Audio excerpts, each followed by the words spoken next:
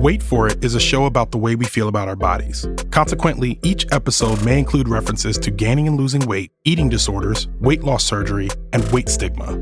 If these topics are triggering to you, please take care while listening. We have links to support resources for anyone who may need them in our show notes.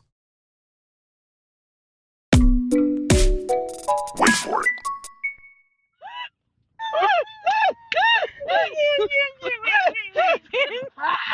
Recently, I was hanging out with my friends and we were looking through this beach photo shoot that we did together. Okay. Describe what you're seeing. Okay, I'm seeing us just kind of in various poses. That's my girlfriend, Rachel. Yeah.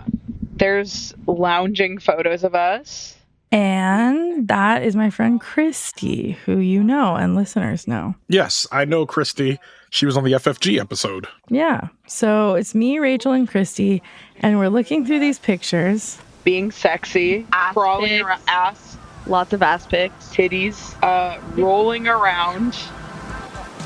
Basically, it was just the three of us running around the beach and the shore and the tide, sort of posing, being silly in bikinis. Sounds fun. Sounds like a typical Christy interaction. Yeah. And I'm sure all of y'all enjoyed that. You know Christy and Rachel, they have this really intense fat confidence. I don't know if I naturally have it, but I definitely have learned it and I want to have it, and I think it rubs off on me. We were performing Fat Excellence. BBW. And also BBW. And they started saying this acronym, which is BBW. BBW. And this is what they said about it.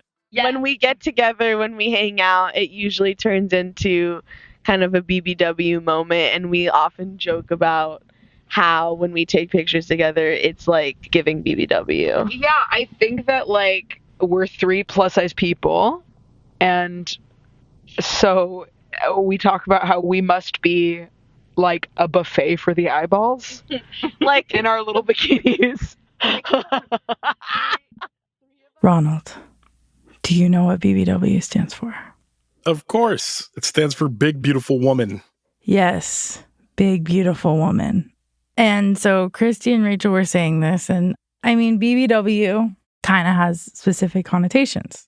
I think that came from you. That joke came from you, Christy. So, what makes you be it's BBW and we're all in bikini? This should be behind a paywall. Yeah. We can't be giving this out for free. When you hear the phrase BBW, what do you think of? I think one of the earliest interactions I had with the acronym was through a porn search. So I definitely think of porn when I think of the acronym BBW. And that was, I think the first time I heard it was back in college. So yeah, that was the first time I had even knew that this was a subset of a porn category. And that was the only time I had heard it up until then.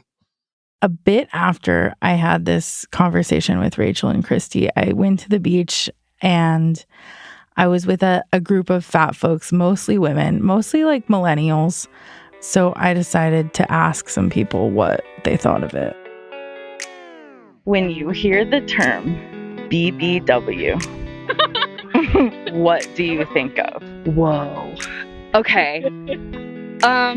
I think about porn, unfortunately, or fortunately.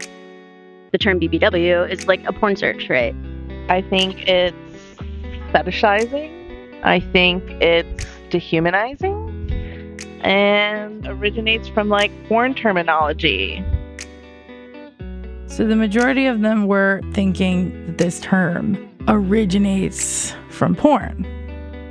But I'm here today to tell you that it does not originate from porn.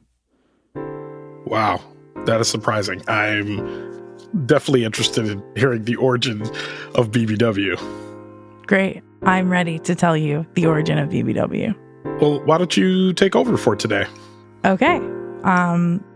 I'm Sarah Dealy, and this is Wait For It. Yo, you gotta, come on, Sarah. You have to give it some heft.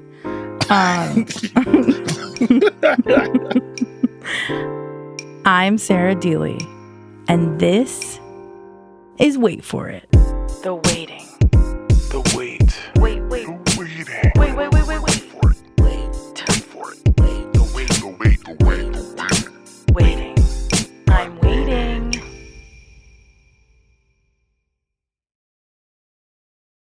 This season of Wait For It is brought to you by Big Fig Mattress.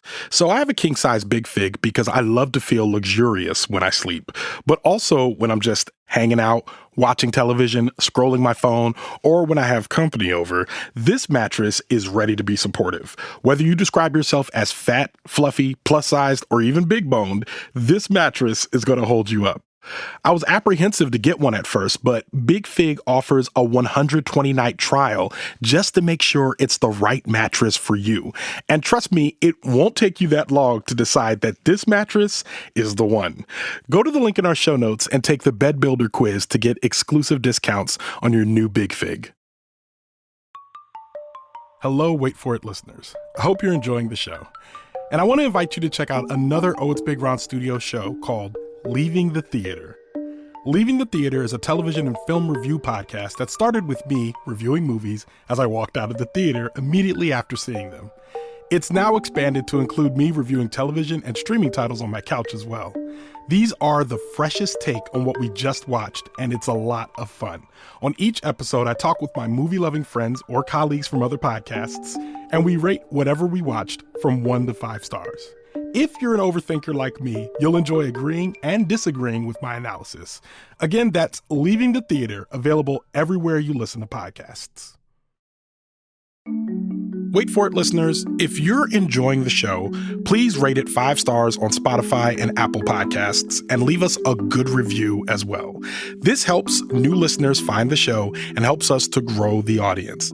We want to hit 1 million downloads by the end of this year, and with your help, I know we'll do it.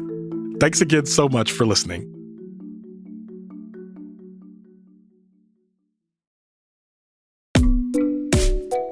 Wait for it. I personally can't remember the first time I heard the phrase BBW. It was something vague that lived in the back of my mind, along with other random knowledge. I know that Columbus is the capital of Ohio.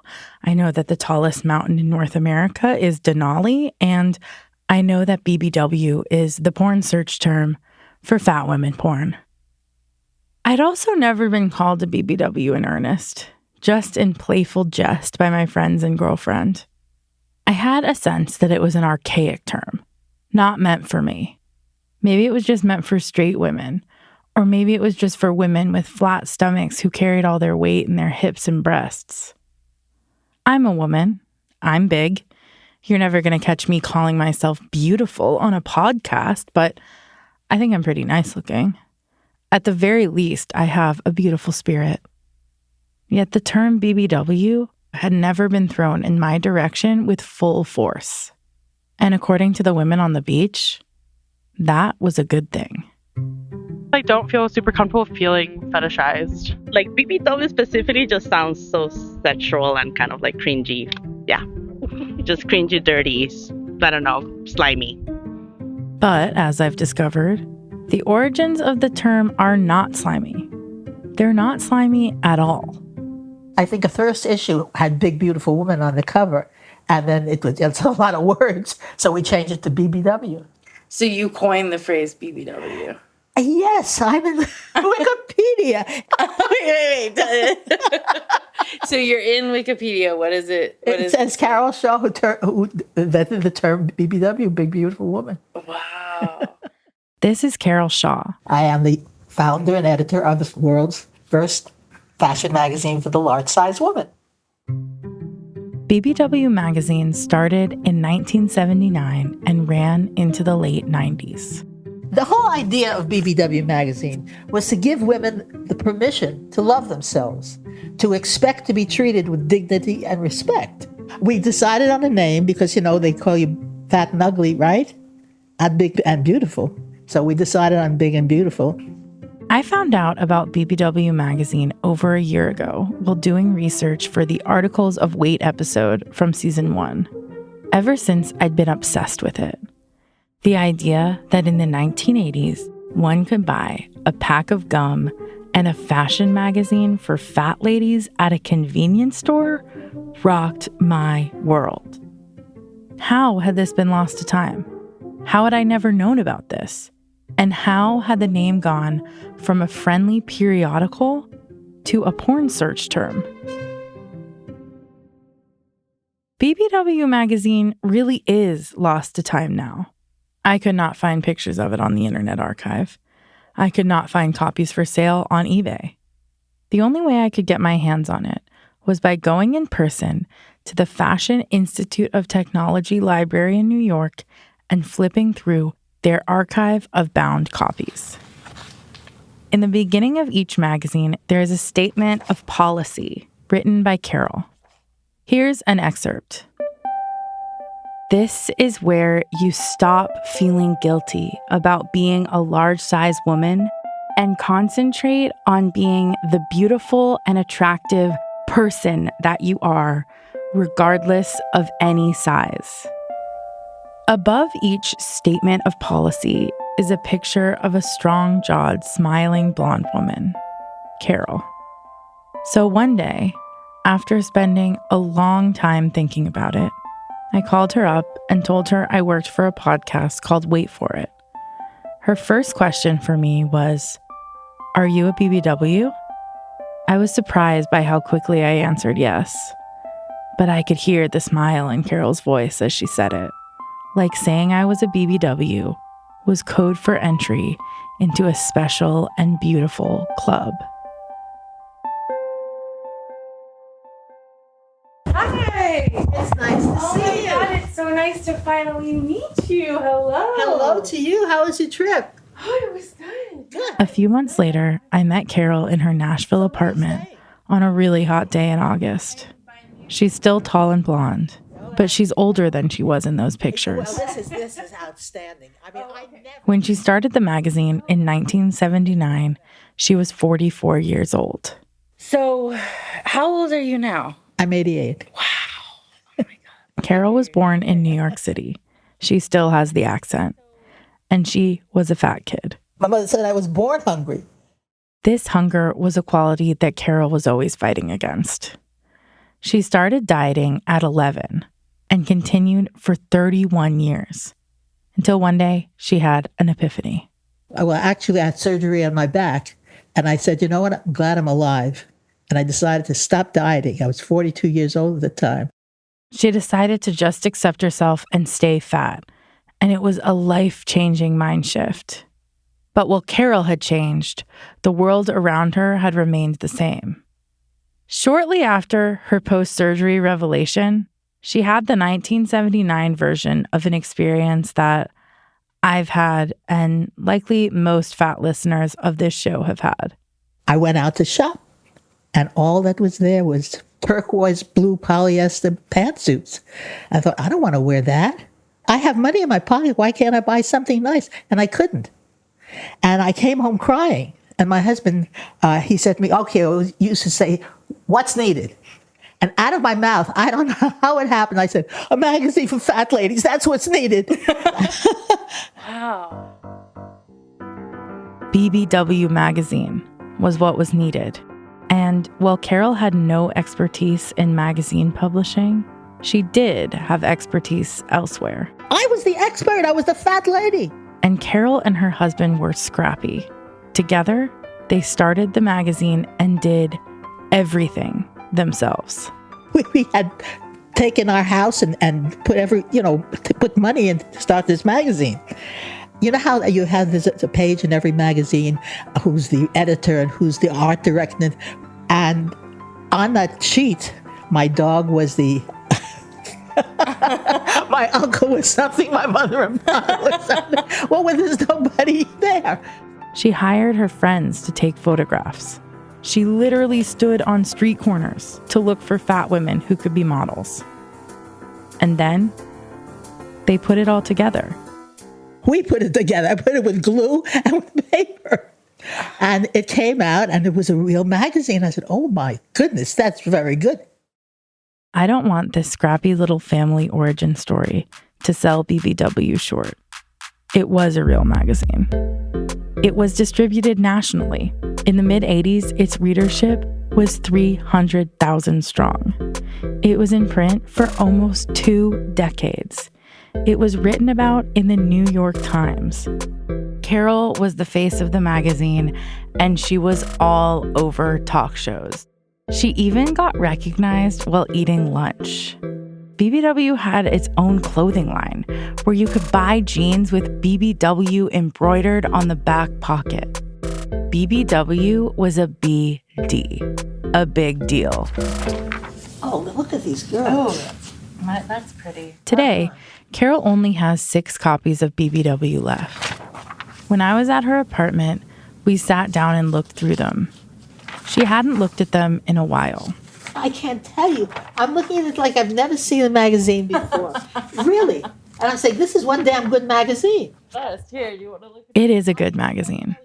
It's a really good magazine.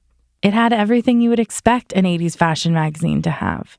Shoulder pads. I have to tell you, I really love the shoulder pads. Had shoulder pads and everything. And beautiful women. Why shouldn't any of these girls have beautiful, wonderful lives? But it also has a lot of things I would not have expected a fashion magazine in the 80s to have. Like radical calls to action right next to the swimsuit spreads.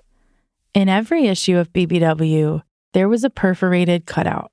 And so this is Are You Mad as Hell? And I was mad as hell when I went shopping, and all I found was turquoise pantsuits, polyester pantsuit. So you had these things like for people to cut out. How did they work? They just cut it out. They wrote their complaint. Women would take the cards and mail them into stores that didn't carry their size, or restaurants where they had been mistreated by staff, or airlines with tiny seats. And I do believe that the squeaky wheel gets the oil. If you just walk with your tail between your legs, lady, nothing's going to happen in your life, in your professional life, in your personal life. Yeah. BBW was way ahead of its time.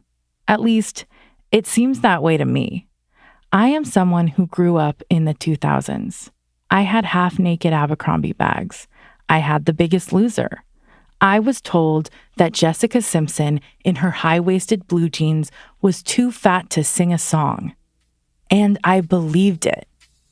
So much of what I was seeing in BBW was shocking to me. There were advice columns of how to get the most out of your doctor's visits, how to advocate for yourself, and ask for second opinions.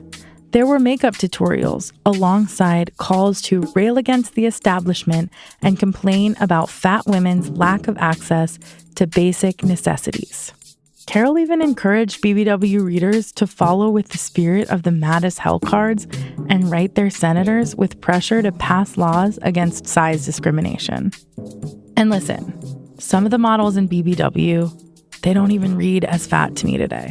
They look like a size 16, maybe 18, but they sure would have read as fat in 2000, or in 1990, or in 1980. But there were so many things in the magazine that I thought were ideas formed in the last 10 years.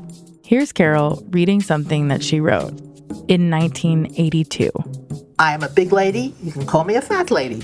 I don't mind so long as your tone of voice is objective instead of inflammatory. Fat is not a dirty word. I see the word fat as a classification. I said to Clint Eastwood, you are a tall man. He wouldn't be insulted, right? It's just a way of classifying him according to physical appearance. He is a tall man, just as I am a fat lady. Part of my shock reading this in 2024 has a lot to do with the fact that I hook, line, and sinker believed everything I was taught in the 2000s era I grew up in.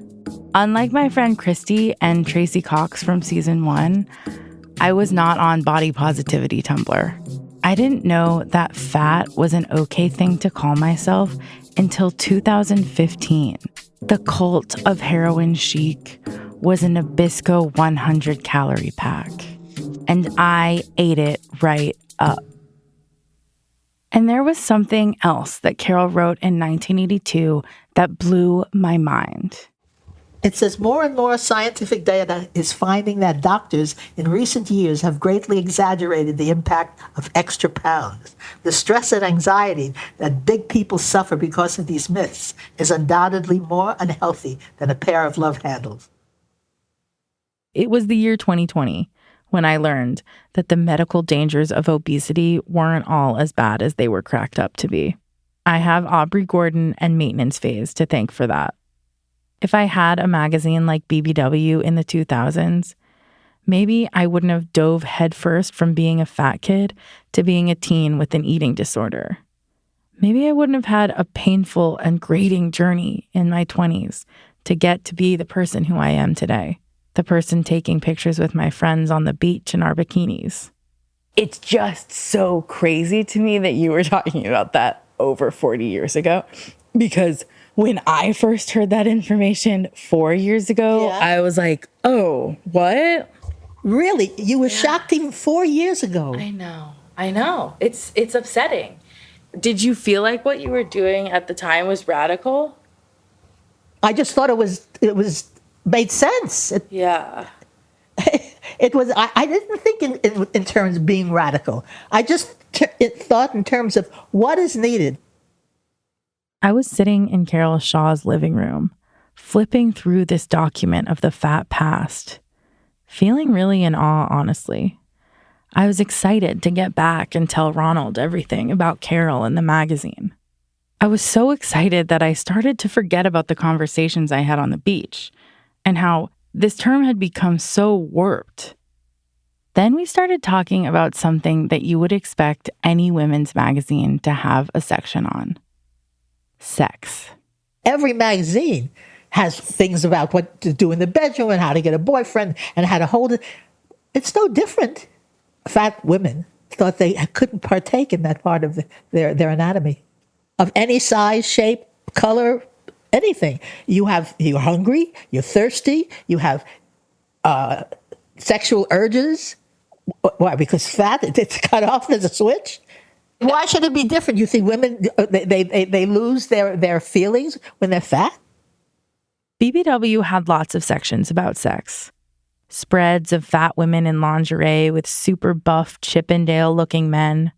It had articles about how fat women can own their sexuality and let themselves be adored. There was a lot about letting themselves be adored. One section of BBW that I found when I was browsing in the FIT library was a 2-page spread with lots of reader-submitted photos of BBWs and their husbands, with little quotes about how long they'd been together and how in love they were. But the magazine wasn't just telling women it was possible to find a boyfriend. It was literally connecting them with boyfriends. So can you tell me about BBW Express and Heart to Heart, those features? Well, that was just becoming popular. Yeah. Dating services and things like that. BBW had personal ads. The BBW personal ads section started very innocently. And I really, when I put it in, I thought it was just going to be women who want to go shopping together, go to the movies together. And people did use it this way. Married BBW in the Dallas area would like a friend for shopping, photography outings, movies, lunch, or to correspond. I wasn't even thinking of man-woman kind of thing. Ambitious BBW, sensuous, talented, green-eyed brunette, 28, 5'8" in Reno, desires ambitious, very sensitive, passionate gentlemen. And the first letters came in from men, and I thought, oh my God, what is this? If you are 5'6" or over, 35 or over, and big, of course, and if you enjoy the performing arts, and you're not a social climber, let me hear from you. I'm male, 53, 5'10", I like movies, music, and barbecues. It turned out that BBWs from all over the nation were in need of a safe place to look for love, a place where they wouldn't be ridiculed or laughed at. It took off. The personal ad section got so big that it spun off into its own magazine. In one of the magazines Carol and I flipped through, there was a full-page ad for it. It said, "The BBW Friendship Express, a monthly publication devoted exclusively to people-to-people ads from BBWs and the men who love BBWs." And let's just say, the Friendship Express, it connected people. We had marriages, we had children being born. It was fantastic. And when a Friendship Express couple got married, they would be featured in a spread in BBW magazine. Nice looking couple, huh? Yeah, it is.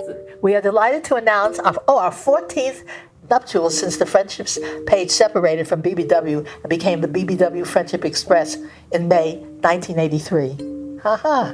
The first 100 Friendship Express subscribers received free ads, and Mitchell Stanix happened to be one of them. He's a guy. He was the one who came in and was looking for a BBW. And he's a good-looking guy, too. The acronym BBW now had an expanded definition. It wasn't just a women's magazine or an empowering way for women to refer to themselves and other women, but now it was a way for men to refer to the type of women they were interested in romantically and sexually. And not just in personal ads in BBW magazine. Now the acronym was being used in personal ads in other publications, and the term seeped into the dating world. Wait for it.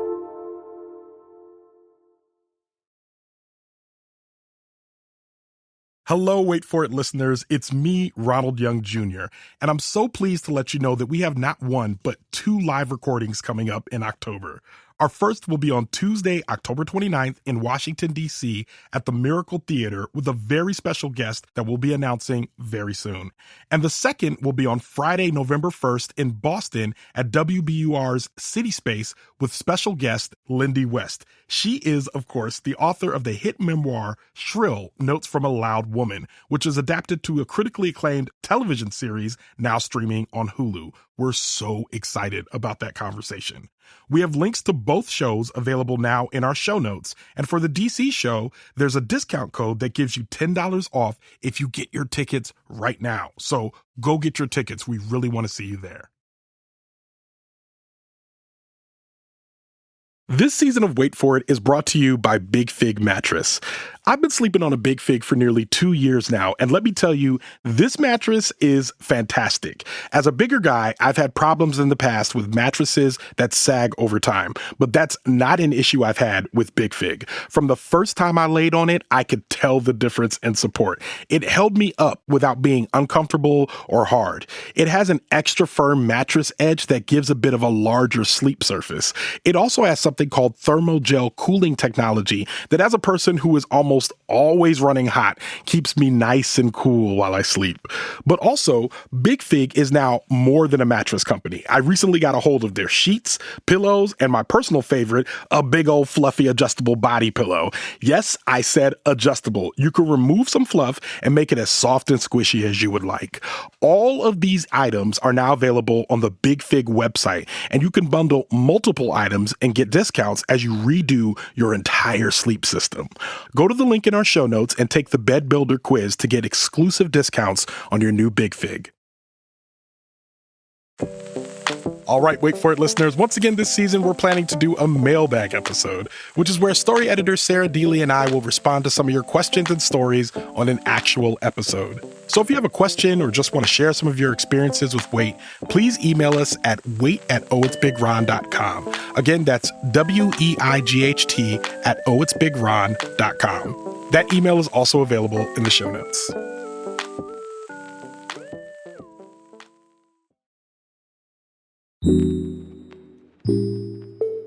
Wait for it. I think the magazine was the first time I heard the acronym. And I always thought that the people who used it in other ways got it from the magazine.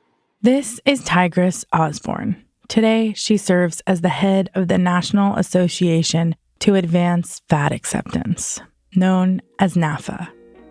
But back in the aughts, I promoted a nightclub event in Oakland and San Francisco that was called Full Figure Friday.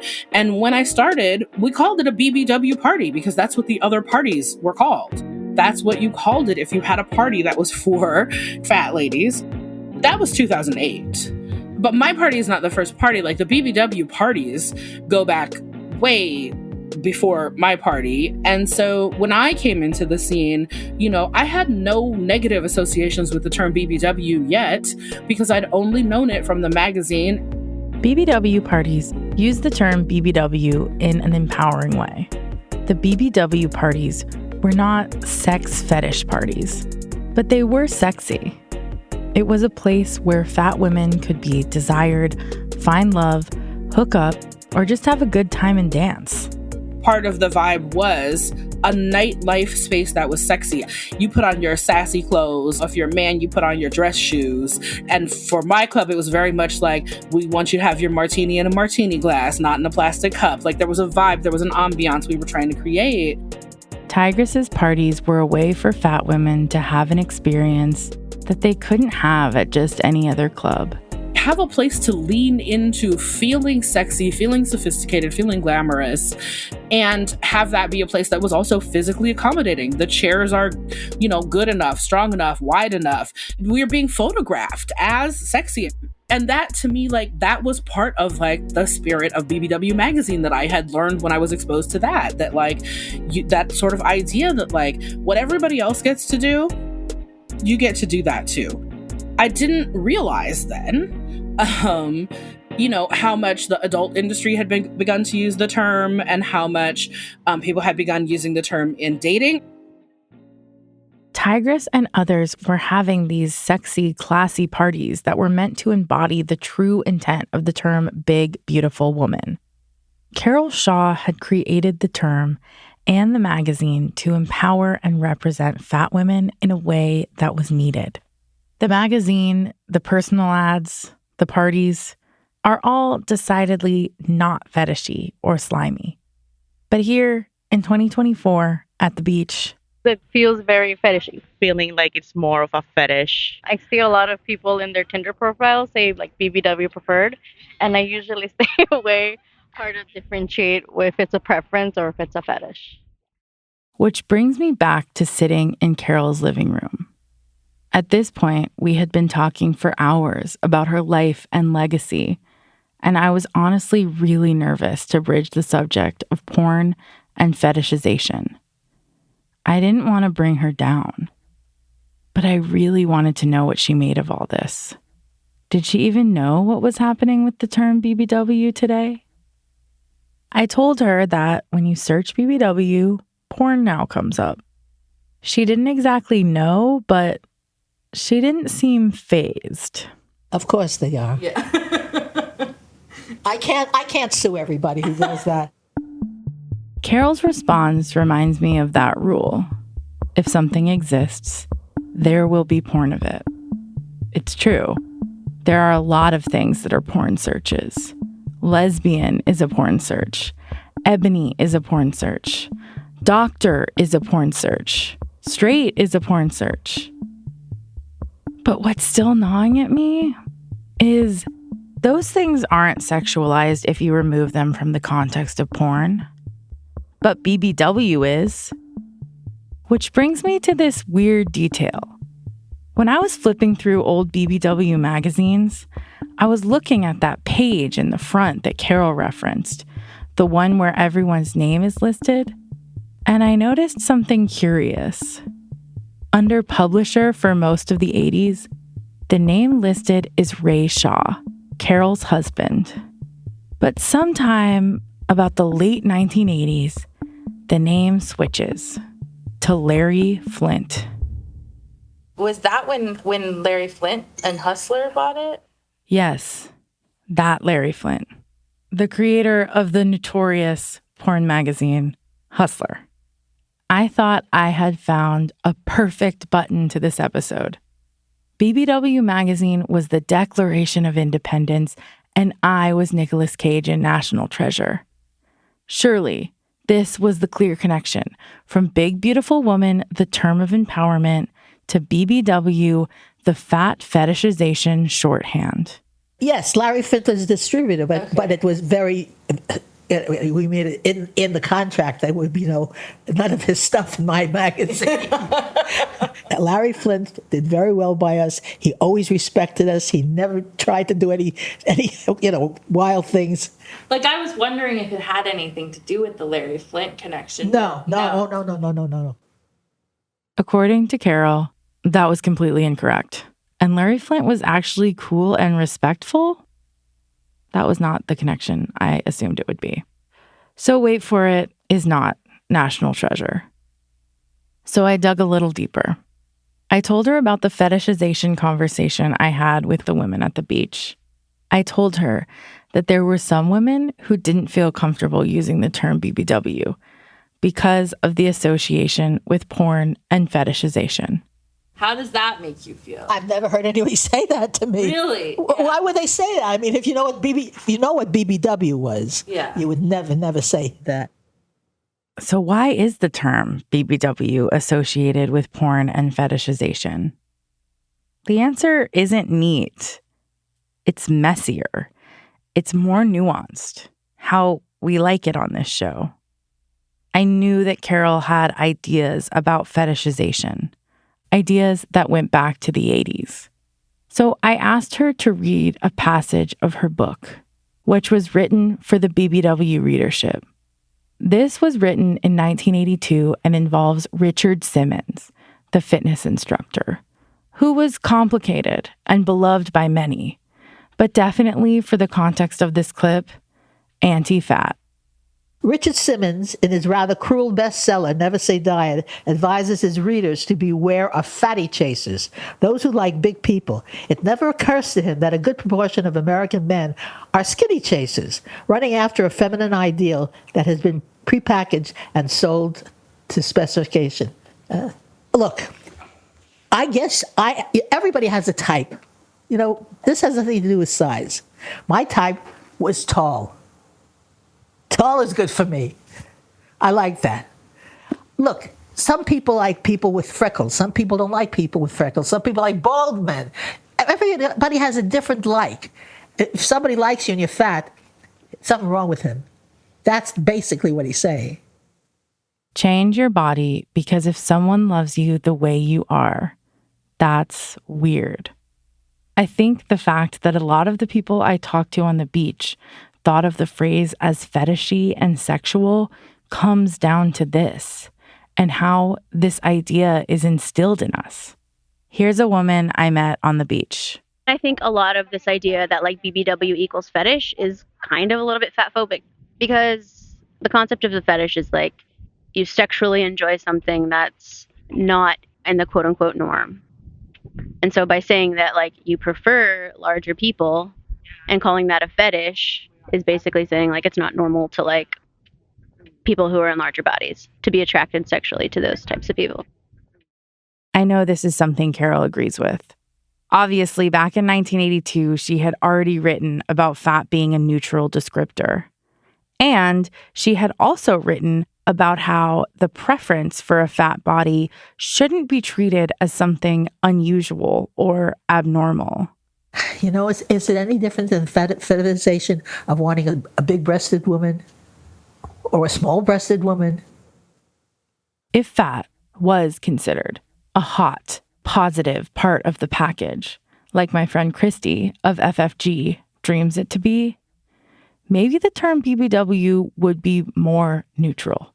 Maybe it would be like the word boobs or gay or blonde or other things that are all porn searches. But people are weird about fat people. And I think fat phobia has made this term something dirtier, something shameful, something wrong.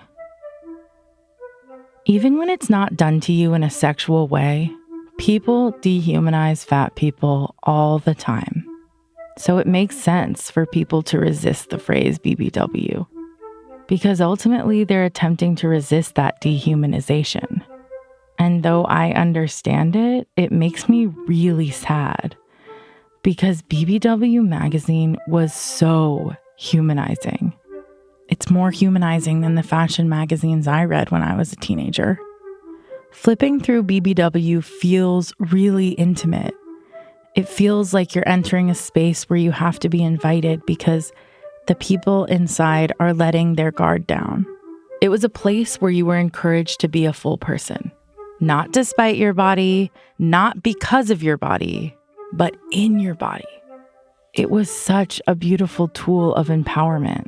So it's hard for me not to feel depressed about how, in a way, it seems like this empowerment phrase was taken from women, at least women my age. Being fat is hard enough. And on top of that, they take away our empowerment phrases, pornify them, and make them dirty. What are we supposed to do with that? I mean, there are bad players all the time. Tigress Osborne again. And often when these conversations come up around like fat fetishism or fat, really what we're talking about, toxic masculinity, and not, not everybody uses those phrases. And some of the people who are just as toxic don't use those phrases. There's all kinds of really, really toxic behavior towards fat people and towards fat women in sexual or sexualized situations in particular that have never used the term BBW. And they're still absolute trash people. So I want us to separate the trash, like the sort of like the trash people. And as a huge fan of BBW magazine, Tigress Osborne still understands and appreciates BBW as an affirming identity for fat women. I still feel fangirly about BBW magazine. And I think that's maybe why I'm a little protective of the phrase sometimes. It's not just that there are people I respect and admire who identify deeply with that term. And also, I think that some of my affinity for the term is just because I have some nostalgia around the magazine. So I know people who know the origin of the phrase can be empowered by it. But surprisingly, I also met some people who knew nothing of the origin of the term, never heard of Carol, never read the magazine, and they found the term BBW to be empowering and descriptive of them.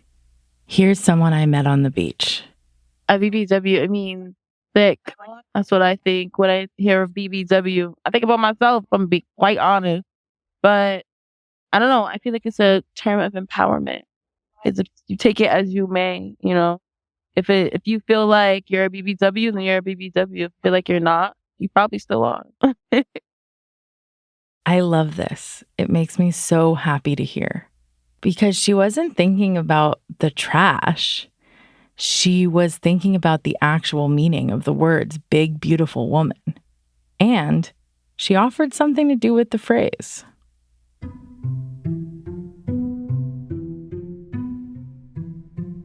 In so many ways, I am a liberated fat person. I wear short skirts and crop tops. I edit a podcast about fat people. I post pictures of myself in bathing suits on Instagram. But the truth is, I don't always feel like a big, beautiful woman. I know where my liberation comes from. It comes from the internet. It comes from maintenance phase and fearing the black body and Elna Baker and Lindy West on This American Life. It comes from Instagram. It comes from so many other thinkers doing so much work and building off of each other. It comes from Carol. But I still have a lot to learn from her. She is one of those people who are just a force. She has a quality I don't have: resolve. She is someone who knows what she believes is right and goes after it. She doesn't keep second-guessing herself and looking around like I tend to do. And with way fewer resources than I have, she was able to liberate herself from diet culture and declare herself a BBW. How did your brain have this sort of revolution for itself without having like some of the cultural touchstones that, say, I did? It's not something that I sat down and really thought about. I was kind of an expert in being fat. I had been doing that since I was in the chubby department in Lane Bryant when I was a little girl. it sounds like you almost like flipped a switch, right? I did. Yeah. Whereas I think for me, which is very in line with who I am, it's more like a gradient. At least you know it. Yeah. And you know where the gradient is headed. Totally. So you support it. Yes. And I want to get there. I want to get to the point where I'm just like, it doesn't matter how fat, like I'm a fat person. I've accepted that, but then I'm like, well, I should be just a little less fat. Like, what do you think would change? If you lost 20 pounds, 25 pounds, what do you think would change? Nothing. Not a thing. It's just, I thought that I would be like, oh, I'm over it. So it's interesting to me that I even have any of these thoughts because I'm like, you're working on it. You're a work in progress. Yeah. And you know what? You should be a work in progress your whole life. Some days the liberated fat part of me is fighting really hard with the 100-calorie pack part. And lately that 100-calorie pack part has been really loud. When I visited Carol, I was traveling alone. I had planned on grabbing a bite to go and just eating it by the hotel pool. But during our conversation, she had mentioned that every time she traveled alone, she would treat herself to a nice dinner. I was nervous about that. Something about being surrounded by people and eating a meal by myself while fat made me freak out. Nobody can stop you. Only you can stop you. You're right. That is true. I should go get dinner by myself. Of course. What do you think is going to happen? They're going to say, I can't serve you, you're too fat? I mean, what are they going to say to you? So I did. I mean, I was in a city I'd never been to. I don't know what I was thinking not getting dinner. I went to the most touristy, crazy part of Nashville where the streets are lined with honky-tonks that are all owned by famous country singers. I went in one of the oldest ones, one that is not owned by a famous country singer. And I sat at the bar alone and ate a fried bologna sandwich and listened to bluegrass, and no one gave a fuck.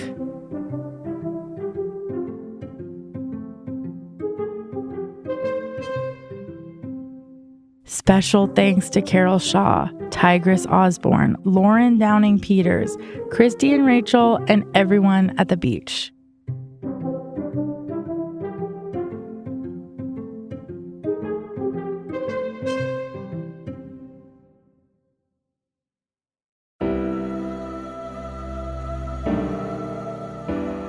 Wait For It is a production of OhitsBigRon Studios and is a proud member of Radiotopia from PRX, a network of independent, creator-owned, listener-supported podcasts. Discover audio with vision at radiotopia.fm. This story was produced and written by our story editor, Sarah Dealy, with editing from me, Ronald Young Jr. Sound design and mixing from the Reverend John Delore of Starlight Diner. Show art by Heather Wilder. Episode art by Andy J. Pizza. Theme music from Jey Red, with additional music from Mass Potential, The Artist DT, and the mysterious Breakmaster Cylinder. You can follow me on Instagram, Threads, X, and TikTok at OhitsBigRon. That's at OhitsBigRon. You can find out more about this show and other OhitsBigRon Studios shows by following us on Instagram at OhitsBigRon Studios. If you have a story about weight you'd like to share with us, shoot us an email at weight@OhitsBigRon.com. That's WEIGHT at OhitsBigRon.com. Wait For It will be back next week. Thanks for listening. Wait for it. But he say to you, I can't read you things because you're too fat? No. No, that's true. Well, you know, you can't hear in my voice that I'm fat. Well, that's true. Yeah. I don't have a fat voice. Is there such a thing as a fat? I don't know. I do talk about being fat a lot on the radio, though. This season of Wait For It is brought to you by Big Fig Mattress. Now, I know there are other mattress companies out there, But Big Fig is specifically designed for fat folks. They've made a quality mattress that will last 20 years with a full replacement warranty and a 120-night trial just to make sure it's the right mattress for you. You know, sometimes when I travel, after a few nights of sleeping on those hotel beds, coming home to my Big Fig mattress is a vacation from my vacation. And listeners, you can have that vacation too. Go to the link in our show notes and take the Bed Builder quiz to get exclusive discounts on your new Big Fig. Radiotopia.